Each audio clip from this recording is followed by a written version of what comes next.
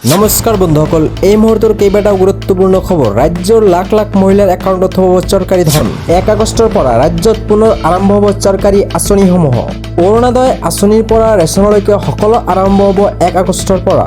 অৰুণোদয়, নিযুত মইনা, নিযুত বাবু আঁচনি সকলোবোৰ আঁচনি আৰম্ভ হ'ব 1 আগষ্টৰ পৰা।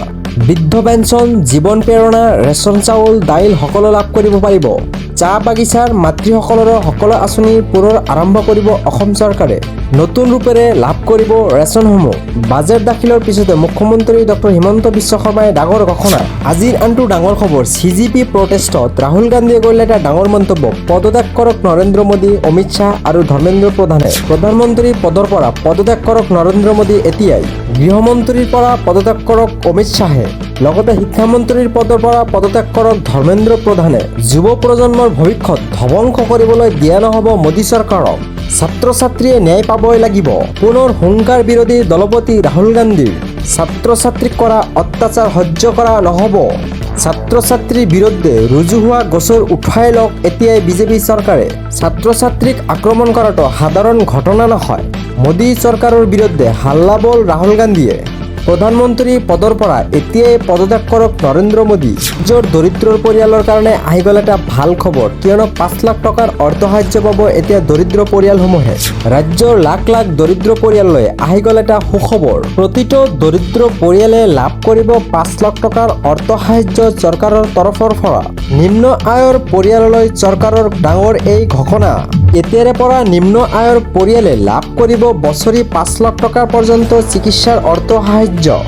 শীঘ্ৰেই আপুনি বনাই লওক PMJYG এই কাৰ্ডখন, আৰু এই কাৰ্ডখনৰ জৰিয়তে লাভ কৰিব পাৰিব বিনামূলীয়া চিকিৎসা। PM জন আৰোগ্য কাৰ্ড থাকিলে প্ৰতিটো পৰিয়ালে লাভ কৰিব 5 লাখ টকাৰ বিনামূলীয়া চিকিৎসা অৰ্থসাহায্য। অসম চৰকাৰৰ চিকিৎসা শিক্ষা আৰু গৱেষণা বিভাগৰ এই বিশেষ এটা ডাঙৰ পদক্ষেপ লৈছে। প্ৰধানমন্ত্ৰী জন আৰোগ্য যোজনা আৰু মুখ্যমন্ত্ৰী জন আৰোগ্য যোজনাৰ অধীনত লাভ কৰিব এই সুবিধাসমূহ সাধাৰণ জনতাই। PMJAY কাৰ্ডৰ জৰিয়তে পোৱা 5 লাখ টকা পৰ্যন্ত সম্পূৰ্ণ বিনামূলীয়া চিকিৎসা।